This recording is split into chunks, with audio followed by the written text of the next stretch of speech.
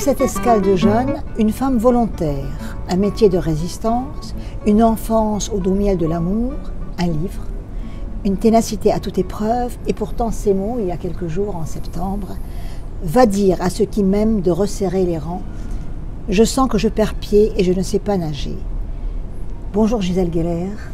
Bonjour. Pourquoi ces mots? La question démarre fort, Jeanne. Vous avez des questions de démarrage très fortes. Pourquoi ces mots? Parce que je pense que ce qui nous permet, pour partie, de faire le chemin, ce sont les autres, avec un A majuscule. On peut vivre solitaire, on peut avoir besoin de moments de solitude, on peut être solitaire, mais au final, c'est quand même, je ne pense pas qu'on puisse vivre sans les autres. En tout cas, c'est important qu'ils soient là et qu'ils vous accompagnent dans les moments peut-être plus difficiles. Il y a eu, on en reparlera tout à l'heure, mais il y a eu votre livre, L'imbécile et l'encyclopédie aux éditions Brandon, et vous étiez un peu dans une forme, du moins vos lecteurs, d'effervescence. Et quand j'ai vu cette phrase, c'est pour ça que je vous la posais d'emblée, je me suis dit, voilà, il y a le temps pour et le temps sans, voilà. Vous êtes devenu, sur les réseaux sociaux, sur Facebook entre autres, une page incontournable pour vos lecteurs.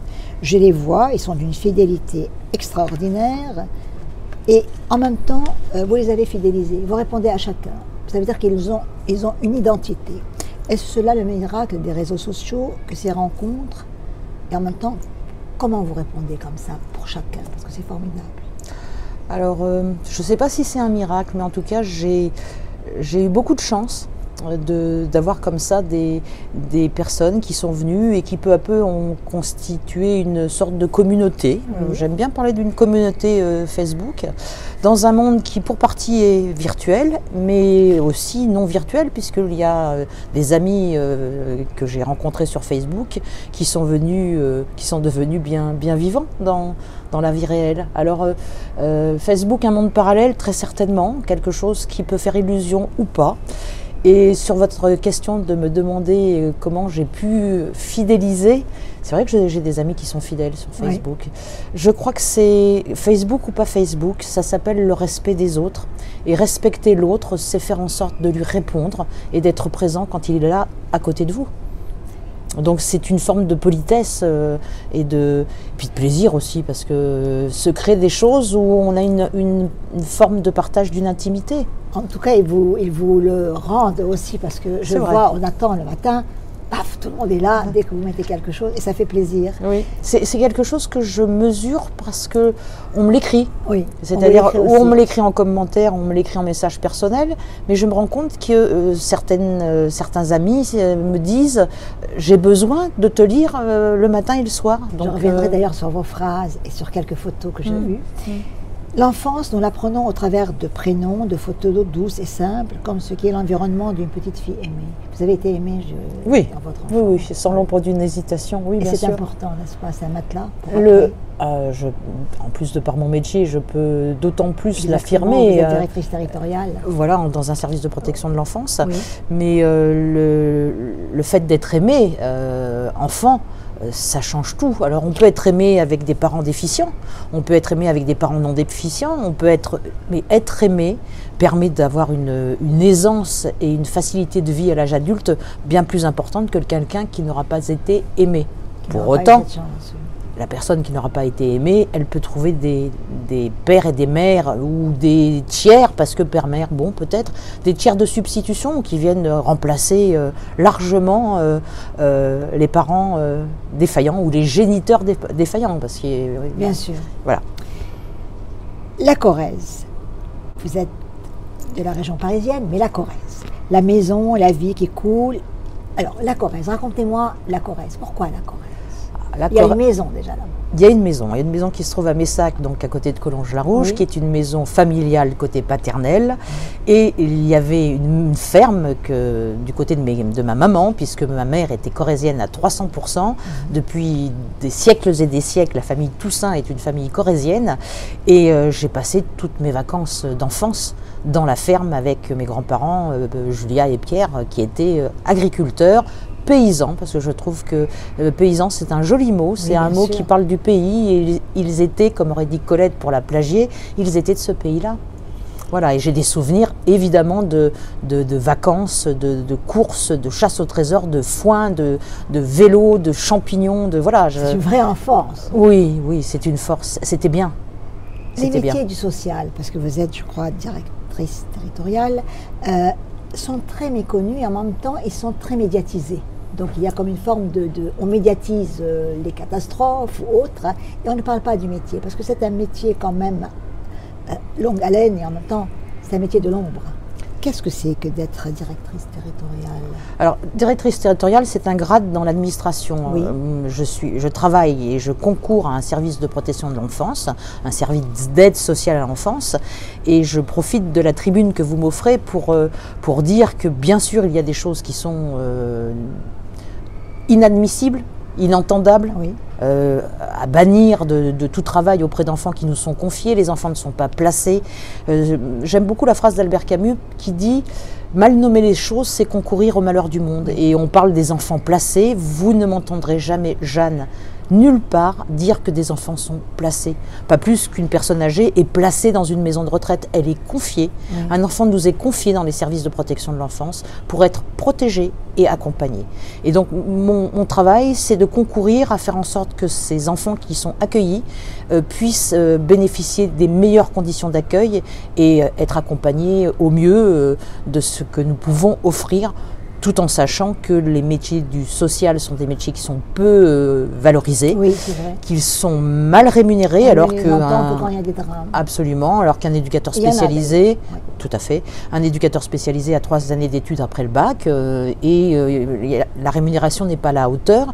Et puis, je crois qu'il faut aider les jeunes professionnels à avoir du désir, être désirant, quel que soit le métier qu'on exerce, quelle que soit la place sociale dans un milieu professionnel qu'on occupe. Il est nécessaire qu'on ait du désir, de l'envie. Alors certains parleraient de vocation, d'autres parleront d'engagement, d'autres parleront... Peu importe, j'ai envie, je désire pour toi. Le social, c'est penser que l'autre est quelqu'un qui peut exister, qui doit exister, et c'est l'accompagner pour qu'il puisse avoir une existence au mieux de sa personne, et qu'il soit... Alors là, ça fait presque un peu romantique, mais qu'il soit heureux, qu'il ou elle soit heureux ou heureuse. C'est quoi le propre d'une vie? Qu'est-ce qui fait la bonne vie? Bien sûr. Et puis il faut les aider à être voilà. Ces personnes qui vous sont confiées, comme vous dites, que vous allez confier aussi, il faut leur donner le meilleur. Absolument. Parce que la vie ne nous a pas gâtés non plus. Absolument. Et de fait, j'en terminerai sur cette question. Il y a des questions de moyens, c'est-à-dire de personnel en nombre suffisant. Je pense aux maisons de retraite, par exemple. Il va sans dire que le personnel n'est pas suffisant dans les maisons de retraite. C'est pas possible quand on voit le nombre de bénéficiaires. J'aime le mot bénéficiaire. Les enfants sont bénéficiaires de l'aide sociale à l'enfance. C'est un mot que les Belges utilisent. Oui. Ils parlent de bénéficiaires. Et moi, j'ai pris à la Belgique, j'ai pas pris que le chocolat, j'ai pris aussi ça, de dire c'est au bénéfice d'eux. Je travaille au bénéfice de... Voilà. Et je pense qu'il n'y a pas qu'un problème de moyens. Il y a un problème de moyens, mais il y a aussi un problème de désir. Et quand le désir n'est pas accompagné, on a des accompagnants qui vont faire de la garderie, au mieux. Au pire, qui vont faire des choses qui sont inadmissibles. La maltraitance, où qu'elle se trouve, est à combattre. Et la maltraitance n'est pas l'opposé de la bientraitance. On peut bien traiter des gens, mais maltraiter n'est pas le contraire de bien traiter. Tout un débat. C'est un débat. Gisèle, si je vous donnais un coussin pour étouffer une certaine rage par rapport à dans votre métier, tout ce que vous auriez voulu voir, vous l'avez dit presque, évoluer, qu'est-ce que vous laisseriez sur ce coussin?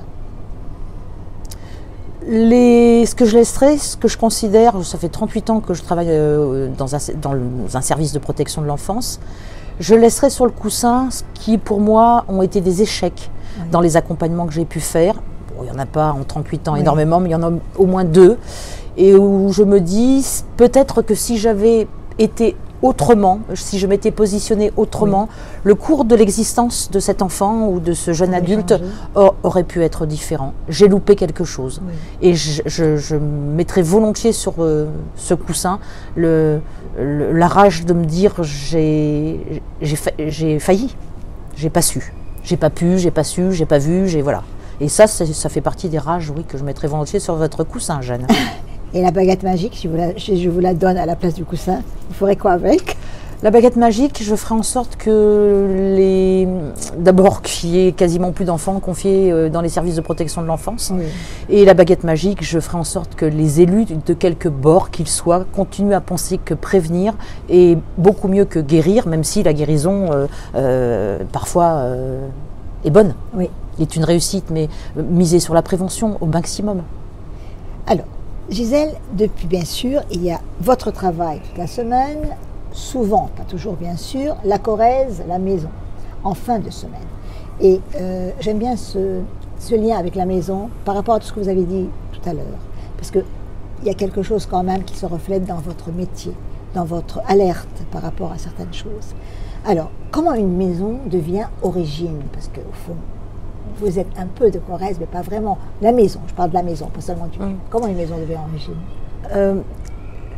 Ce qui me traverse, là, Jeanne, c'est de vous dire, une maison devient origine lorsque l'on ouvre la porte d'entrée et que l'odeur particulière de cette maison vous saisit. Moi, quand j'ouvre la porte de la maison que j'ai à Messac, j'ouvre la porte et là, il y a une odeur qui me saisit, qui est à la fois un mélange de terre battue. Alors, le sol n'est absolument plus en terre battue, mais l'a été. Il y a un mélange d'humidité, il y a un mélange de peut-être un petit peu d'huile, puisqu'il y a des outils dans la première pièce à gauche. Et déjà, elle est mienne par cette odeur spécifique et particulière que je découvre quand j'entre. Et puis, c'est le parfum de la maison. C'est son parfum, c'est son odeur. Comme une première approche, de la même façon qu'avec un être humain, quand on est même à distance, on peut avoir le parfum et le parfum signe quelque chose de soi, et une maison a aussi un parfum. Et puis le deuxième temps de cette appropriation, c'est les marches de l'escalier qu'il faut monter pour arriver au premier étage. Je peux dire quelle est la marche qui va craquer et je vais ouvrir la porte de la cuisine, ouvrir les volets de cette cuisine et je vais être sur mon petit balcon qui est vraiment un tout petit balcon. Je l'ai vu, voilà. On fait des tablés parfois, la dami, etc. Tout petit, et là je vais avoir une vue qui s'offre à moi qui est une vue merveilleuse.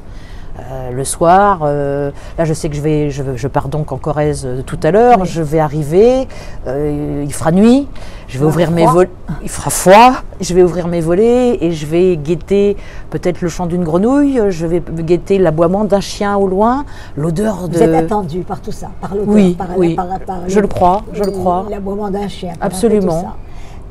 Gisèle Geller, vous avez, je dirais, un amour réciproque, bien sûr, avec les chats. Qu'est-ce qu'un chat pour vous? Les chats, c'est à la fois un mélange de mystère, ils sont têtus, c'est du caractère. En tout cas, les chats qui m'ont accompagnée ont toujours eu du caractère, et c'est des bavardages ésotériques. J'ai des conversations avec mes chats et puis c'est chaud, c'est doux, ça joue, ça se loffe contre vous la nuit. C'est libre aussi. C'est indépendant relativement. Parce que lorsque je quitte Mistinguett, qui est, comme je dis, mon nouveau bestiau, ma nouvelle petite compagne à moustache, au bout de 2-3 jours quand je reviens, je peux vous dire, Jeanne, elle est contente. Elle me sourit et je vois par son comportement que « Ah, t'es rentrée ». Donc ce sont des faux indépendants. Ils sont quand même contents. Indépendants dans une certaine mesure où l'humain, leur humain est là, quand même. Alors, en 2021, un livre. Vous allez nous le montrer, si vous le voulez bien. J'ai vu qu'il vous appartient vraiment, celui-là. Oui. Voilà. Comment s'est fait le passage de l'écriture à l'édition? Alors, je précise, c'est L'imbécile et l'encyclopédie, et c'est aux éditions Nouveau, magnifique. Sauf l'auteur. C'est très beau, c'est très beau. Comment s'est fait ce passage de l'écriture à l'édition? Alors, c'est assez étonnant. Mon père, dont on parlera peut-être plus tard, nous a appris, à ma sœur et moi, à lire à partir de l'âge de 4 ans. Nous savions lire, compter, les additions dès 4 ans. Donc j'ai été une souris de bibliothèque. À l'âge de 6 ans, j'étais tous les mercredis, tous les week-ends à la bibliothèque de la SNCF qui se trouvait Gare du Nord et je dévorais des livres. Et j'ai commencé très vite à écrire. J'ai retrouvé des cahiers d'écoliers, d'écolières, où à 6 ans, je commençais déjà à écrire de la poésie. Voilà, voilà. Donc je n'ai jamais cessé d'écrire, Oui. et j'ai toujours dit en rigolant, vous verrez un jour, j'aurai le prix Goncourt. Et ça faisait rire mes amis, puisque évidemment j'ai 60 ans, jusqu'à maintenant rien. Et Facebook a été un lieu magnifique, puisque Caroline Nicolas, qui est la directrice de la maison d'édition Brandon et compagnie, et Olivier Lavoisy, un jour nous avons échangé autour des cannelés bordelais, autour d'une gourmandise. Et à partir de cette gourmandise, Caroline m'a dit, vous écrivez, est-ce que vous accepteriez de m'envoyer vos écrits? Oui. Je lui ai envoyé mes écrits, et pendant 6 mois, le silence était là. Et je me suis dit, bon ben voilà, rien. Ni satisfaite ni insatisfaite, mais rien. Et un jour, j'ai eu un appel téléphonique de Caroline, de la maison d'édition Brandon et compagnie, qui m'a dit, voilà, le comité de lecture, à l'unanimité, souhaiterait publier votre imbécile. Et là, d'un coup, quelque chose de très étrange, Jeanne, c'est vraiment très étrange, m'arrivait, j'allais enfanter de cet objet que je trouve sympathique et agréable, au-delà du fait qu'il est mien. Des fois même, il est très beau. Voilà. Et ça s'est fait comme ça. Et là, ensuite, nous avons eu un long travail avec Caroline de relecture, de réécriture, couper des passages, en rajouter, on a repris. Titre. Il vient de qui? De vous? Oui, l'imbécile et l'encyclopédie, oui, absolument. C'est votre titre. Oui, absolument. Et vous teniez à ce titre? Oui, bien sûr. Parce que la vie est un contraste. La vie, elle se fait de contraste. Un imbécile et une encyclopédie, c'est antagoniste. Oui. On ne peut pas imaginer qu'il puisse y avoir un lien entre un imbécile et une encyclopédie. Et pourtant. Alors, ce livre, si vous deviez retenir, parce qu'il est sous forme d'un alphabet aussi, de choix de lettres, quelle est la lettre qui vous a le plus touché? La lettre que vous aimez, que je préfère. Oui. Alors, le choix est difficile, bien sûr, mais j'aurais envie de vous dire comme essentiel, pour 2 raisons. Pour ce qui est écrit, mais aussi parce que je dis que la vie, ce sont des additions d'essentiels. Et quand je rencontre des gens, ou quand je passe des soirées, il m'arrive de demander, et pour vous, pour toi, quels sont tes essentiels? Qu'est-ce qui est essentiel au fond dans une vie? Vous dites, je ne fais pas métier d'écriture, j'écris. Quelle différence? La différence, c'est que, écrivain ou pas écrivain, je ne sais pas ce que c'est un écrivain au fond. Qui décide que un tel ou une telle va être écrivain? Je ne sais pas. Alors, j'écris. Et si d'aucun ou d'aucune décide que je suis écrivain, eh ben alors je suis écrivain. Mais d'abord, j'écris, bien sûr. C'est d'abord ça le plaisir de tenter. L'écriture, c'est tenter de mettre sur du papier avec des mots choisis, des mots de hasard ou de rencontre, tenter de mettre en mots ce qui nous échappe. Oui. Parce qu'au final, ça nous échappe. Bien sûr. Vous êtes entré dans les maisons et dans l'intimité de vos lecteurs. Et plus presque des retours de presse ou autres, vous avez un album photo qui m'a beaucoup ému. D'ailleurs, on me verra défiler quelques photos à la fin. Vous êtes dans les maisons, vous êtes rentré chez eux, dans leur édition Brandon, une nouvelle maison d'édition, une jeune maison d'édition. Voilà. Tout est jeune, intimité. C'est quand même magnifique pour un premier livre, une nouvelle maison d'édition. Comment cela s'est construit? Bien sûr, parce que vous les avez fidélisés, mais pas que. Je sais pas, peut-être qu'il faut imaginer que de mes mots recherchés, qui essayent de saisir quelque chose, ils s'y sont retrouvés. Peut-être qu'ils habitent mes mots, ou qu'ils se sentent en confiance, entourés, ça leur fait écho. Souvent on me dit, mais ce que tu écris, Gisèle, ça me parle. Alors si les mots parlent à ceux qui les lisent, peut-être que c'est déjà gagné. C'est le premier pas que ça parle. Sans Facebook, les réseaux sociaux, pensez-vous que vous auriez été édité? Vous m'avez répondu à la question quelque part. Je crois vous n'auriez pas sauté le pas vous-même. Pour tout vous dire, l'imbécile et l'encyclopédie, je ne l'avais envoyé à personne. C'est un livre que j'avais écrit pour un concours que je n'ai pas gagné.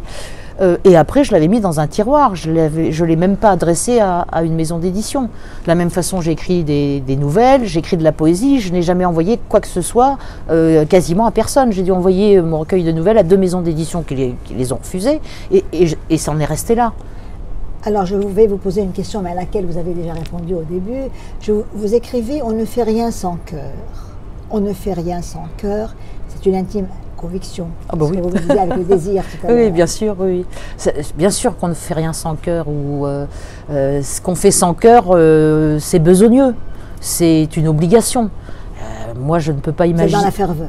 La ferveur et le désir et le plaisir, désir, oui, oui. Le plaisir qui n'est pas obligatoirement un plaisir égoïste. Tant qu'à faire, si ça peut faire plaisir aux autres et faire plaisir à soi, évidemment, je préfère largement comme ça. Mais après tout, sans cœur, on ne vit pas, Jeanne, on ne vit pas. Alors, que seriez-vous devenu, ou bien qu'est-ce que vous auriez aimé être, si vous n'aviez pas fait, je dirais, ce choix du social, du métier du social? Ah, mais voilà, c'est très clair. J'ai, à 18 ans, rempli un dossier pour être journaliste à l'école de journalisme de Lille. Oui. Et quand j'ai dit à mon père que j'avais le dossier de journaliste que j'allais envoyer, papa m'a regardé et m'a dit « journaliste, c'est pas un métier ». Et ma vocation de journaliste s'est arrêtée là. C'est arrêté là. Absolument. Alors, journaliste ou avocate. En même temps, je me dis que journaliste aurait été plus en lien avec ma personnalité qu'avocate, parce qu'avocate, je suis obsessionnelle. J'aurais été embêtante, pour pas dire de grossièreté, et je me serais relevée la nuit pour relire un dossier, pour regarder un article. Voilà, j'aurais eu quelque chose d'un peu obsessionnel qui m'aurait sûrement envahi. En même temps, journaliste, c'est sûrement aussi très envahissant. Alors, j'ai quelques mots de vous, parce que je regarde régulièrement votre page et je vois un peu sur quoi viennent les gens, viennent les amis Facebook, mais pas seulement, ce sont quand même ce sont des êtres humains, hein, donc malgré l'écran, ce ne sont pas... C'est pas des robots. Voilà, voilà. Ce sont pas des robots. Alors, vous écrivez, alors j'ai mis les mots de GG, parce que vous savez, Gisèle Geller. Voilà les mots de GG. Plus elle regardait, moins elle voyait. Il existe des regards qui creusent si profondément dans notre sensibilité qu'il semble impossible de trouver ce qui va pouvoir boucher ce trou, cette béance. Que de temps perdu en de fausses espérances. Que de temps perdu à attendre ceux qui ne viendront jamais. Il faut en permanence chercher ce qui peu à peu va colmater, apaiser, permettre de souffler. Elle écoute Bach et elle se tait. Donc, ces phrases ont un succès fou, probablement parce que vous touchez chez l'autre une faille, un chagrin, quelque chose. Mais il faut patiemment, bien sûr, construire le mur où s'appuyer, c'est vous qui le dites, un mur où portes et fenêtres sont toujours fermées. Au fond, cette femme tonique que je vois, cette femme tout à fait... Elle n'est pas un peu mélancolique, parfois? Ce faux mélancolique. Oui, la réponse est oui, bien sûr, oui, oui. On me le dit souvent. Ou alors je suis nostalgique, oui. Ou alors je suis parfois, ça me plaît moins, passéiste, c'est-à-dire retourner vers le passé. Je suis convaincue, et bien d'autres le sont avec moi, que si on veut vivre son présent le mieux possible, il faut connaître son passé et essayer de se réconcilier avec son passé pour pouvoir avancer. Et mélancolique, oui, bien sûr, parce que d'abord l'âge avance, parce que je vais vers ma mort, hein, soyons clairs, même si je souhaite que ça soit après-demain plutôt que demain, et que je me retourne sur mon histoire et je me vois avant-hier tenant la main de mon papa à 6 ans, c'était hier. Donc tous ces plaisirs que j'ai eus qui ne sont plus, je ne suis pas à être en permanence dans le regret de ces plaisirs, mais ils sont là pour m'accompagner, pour pouvoir me permettre de continuer à vivre mon présent. Oui, bien sûr. Alors justement, on va se rapprocher un peu plus de l'intime de Gisèle Geller. Alzheimer. Vous écrivez, ils peuvent organiser des journées pour lutter contre la maladie d'Alzheimer, maman. Ils n'arriveront pas à me faire oublier. Le drap lissé de tes doigts et ce geste répété jusqu'à l'user, tes yeux absents qui ne regardaient plus. Regarde comme je suis devenue, aide-moi à mourir, disait-elle parfois. Je me souviens de ce corps souffrant et cette tête absentée dans ta mémoire effacée. Alzheimer, chaque histoire est unique, chaque maladie est unique. L'Alzheimer de la maman de Gisèle Geller, et comment elle-même l'a vécu, c'est comment? C'est, j'allais dire c'est une horreur. C'est une souffrance indicible. Oui. Et pour ceux qui, enfin ma mère qui le vivait, c'était une souffrance indicible. Et pour nous, moi qui l'accompagnais au mieux, c'est une souffrance, c'est un chagrin profond. Je sortais de la maison de retraite en larmes systématiquement. Parce que bien évidemment, j'essayais et j'y arrivais. de cacher mes larmes. Il ne fallait pas que je puisse lui montrer mon propre désarroi face à son désarroi à elle. C'est souhaiter la mort de quelqu'un. J'ai été heureuse que ma mère meure. Et quand j'ai vu ma mère sur son lit de mort, puisque j'avais demandé à la maison de retraite de ne pas la mettre dans la pièce réservée pour ceux qui étaient les personnes décédées, je suis arrivée, j'ai vu ma mère, elle était heureuse, elle avait enfin un visage heureux. Elle était jolie, en plus elle était jolie, et elle était heureuse, et j'étais heureuse de cet arrêt de souffrance. Et puis c'est ce qui est étonnant, justement, quand on a parlé tout à l'heure à l'instant de la nostalgie, maman se souvenait des choses passées, et elle avait, comme tous les malades d'Alzheimer, elle zappait son présent. À la fin, elle reconnaissait à peine mon père, elle ne reconnaissait pas sa sœur, ma propre sœur, voilà, elle m'a toujours reconnue. Ça reste un consolation. Un plaisir, voilà, j'étais bien sa Gisèle, donc c'est toi Gisèle, et quand j'arrivais, son visage s'éclairait. Alors après, elle était ou branchée ou débranchée, mais beaucoup ont écrit des livres sur cette histoire-là. Je pourrais faire un livre, mais je ne veux pas parce que ça n'apportera rien de plus à ce qu'on sait déjà sur ce chagrin-là. Gisèle Geller et le Petit Prince, c'est une histoire. Le Petit Prince. Alors, pourquoi le Petit Prince qui revient souvent? C'est votre alibi parfois pour dire beaucoup de choses de vous, avec pudeur. Et racontez-moi un peu ça rapidement et dites-moi où vous êtes dans le Petit Prince. Alors le Petit Prince, d'abord Antoine de Saint-Exupéry est un personnage que j'aime. Oui. Voilà, il a une histoire, il y a eu une très belle exposition qui a eu lieu à Lyon il y a quelque temps sur Saint-Exupéry, qui raconte un peu le parcours de cet homme. Voilà, j'aime son histoire d'amour avec Consuelo. Voilà, j'ai la correspondance entre Saint-Ex et cette femme est quelque chose de beau. Et puis le Petit Prince, c'est l'universel. Ça parle, c'est pas un hasard si avec la Bible, ce sont les 2 livres les plus vendus au monde. Le Petit Prince, qui peut ne pas se retrouver dans le personnage du Petit Prince? C'est une allégorie, oui. C'est une description, une critique, c'est des interrogations sur l'essence de la vie. L'essence essentielle. Donc je ne sais pas pourquoi, un jour, il y a longtemps, je me suis dit, je me suis un peu réapproprié le Petit Prince. Je ne sais pas si les ayants droit seraient heureux que je le fasse, mais en tout cas je l'ai fait, et je lui prête à lui, le Petit Prince, mes propres interrogations ou mes propres pensées. Il me sert bien, effectivement. Et quand vous me dites, Jeanne, qui êtes-vous dans le Petit Prince? Je veux vous faire 2 réponses. La première, je me suis dit renard ou Petit Prince? Oui. Parce que les personnages, le roi, etc., le serpent, l'aviateur, non. J'ai fait le tour, non.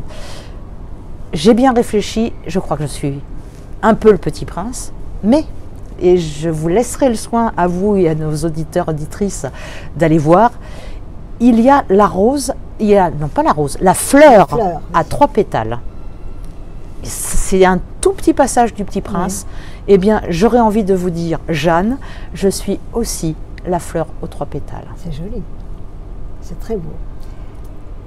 Alors, vous avez tout fait juste, comme je dirais d'une façon linéaire, ce qu'attendaient vos grands-parents, Jojo, votre père, Marinette, votre mère, et c'est magnifique. Et aujourd'hui, ce livre, s'ils étaient vivants, qu'est-ce qu'ils auraient dit de ce livre, de Gisèle, l'auteur? Alors, je ne sais pas ce qu'en aurait pensé mon père du contenu du livre. Oui. Par contre, voir son nom sur une couverture de livre, ouais, je crois qu'il aurait été content, il aurait été fier de sa fille. Mais mon père était quelqu'un, d'abord il était féministe, il avait un amour de la femme, il nous a élevés avec ma sœur avec un côté très féministe. On ne devait pas dépendre de qui que ce soit, on devait être libre, il fallait qu'on ait fait des études. Bon. Donc il était extrêmement gratifiant, papa. Ouais. Et je pense que ça lui aurait fait plaisir de voir du Geller sur une page de roman. J'en suis certaine aussi. Gisèle, vous avez écrit dernièrement, toujours sur votre page, parce que votre page est un livre ouvert aussi, une phrase de Kant, vous dites « Que m'est-il permis d'espérer ?» Vous répondez à beaucoup de questions, mais en même temps, où vous avez placé cette espérance vous-même? Que vous est-il permis d'espérer, Gisèle? Vous avez vu le petit temps d'attente. Oui.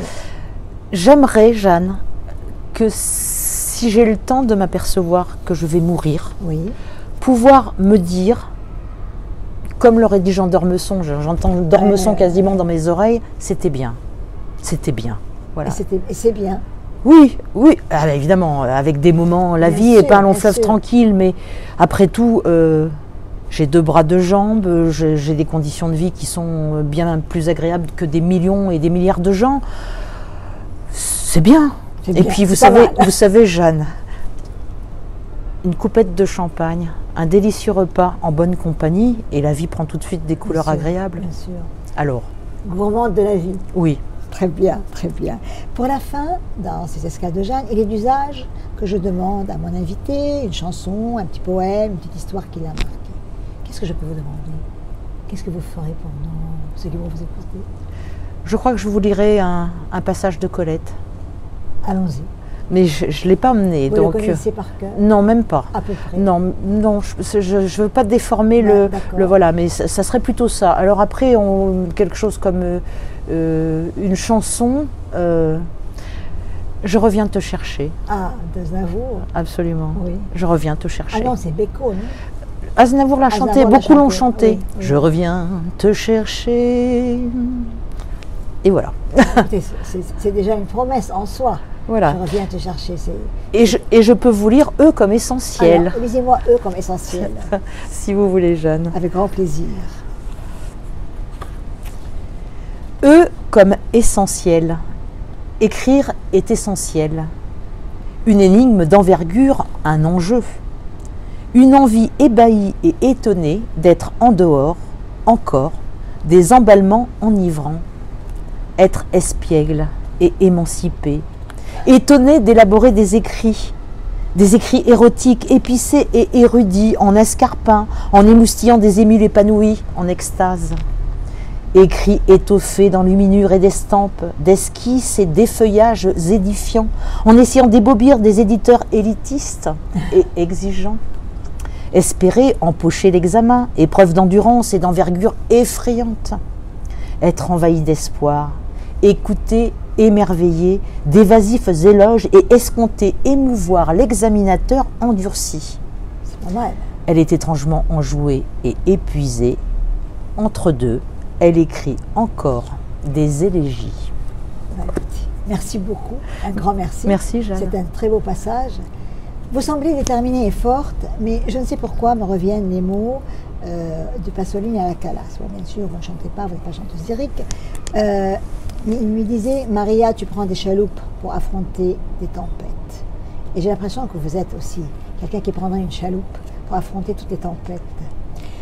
Hélas, comme toujours, le temps nous oblige et nous voici à la fin de cette escale de Jeanne. Et je voudrais finir avec ces mots, qui sont pour votre père, avant ce 9 octobre, donc demain, et une lecture dédicace que vous ferez à Collonges-la-Rouge, en Corrèze, donc au restaurant Le Maraîcher. Vous dites, c'était ça, papa, une sacrée soirée, entre toi et moi. On regarde tourner le manège, et ce sont les mêmes chevaux de bois, sauf que maintenant, tu n'es pas là. Tu vois, papa, il y a des jours et des jours que je marche seule. On m'a volé le bonheur, on a volé le bonheur. Tu m'aurais dit, mon coucoulou, regarde devant toi et avance. J'aurais claqué une bille sur ta joue bien rasée et nous aurions peut-être décidé d'une partie d'échecs. Avec toi, cela aurait été sacrément mal. Et vous terminez cet instant d'émotion, parce que Gisèle Gueller se laisse aller à l'émotion, après il y a une pirouette toujours, et hop, le flyer pour la lecture du 9 octobre à Collonges-la-Rouge au restaurant Le Maraîcher. Bien écoutez, je vous souhaite un grand succès dans tous vos projets et déjà ce demain à Collonges-la-Rouge, qu'il soit lumineux. Et puis, cette maison de ce soir qui va vous accueillir, à laquelle on va penser nous-mêmes, l'odeur, le chant d'un oiseau, un chien qui aboie. Un mot pour la fin? Merci Jeanne. Merci, vous êtes, je vous en prie, vous êtes une bonne fée pour moi. Donc j'ai toujours pensé que les fées existaient. Et à travers vous, j'en ai rencontré une. Je vous en remercie. C'est moi qui vous remercie infiniment. Merci. Cette escale de Jeanne, justement, je prends autant de plaisir et d'émotion que mes invités, parce que je découvre à chaque fois, en croyant connaître quelqu'un d'autre, ou du moins une personne augmentée par rapport à ce que je sais d'elle. Merci beaucoup. Nous sommes à la fin de cette escale de Jeanne et nous finirons comme à l'habitude par la musique de générique de Alain Waro, et en même temps on verra défiler un petit album de photos et vous verrez combien Gisèle Geller est rentrée non pas seulement chez ses lecteurs, parce que ce ne sont pas des lecteurs, ce sont des amis. Merci beaucoup et à bientôt. Merci.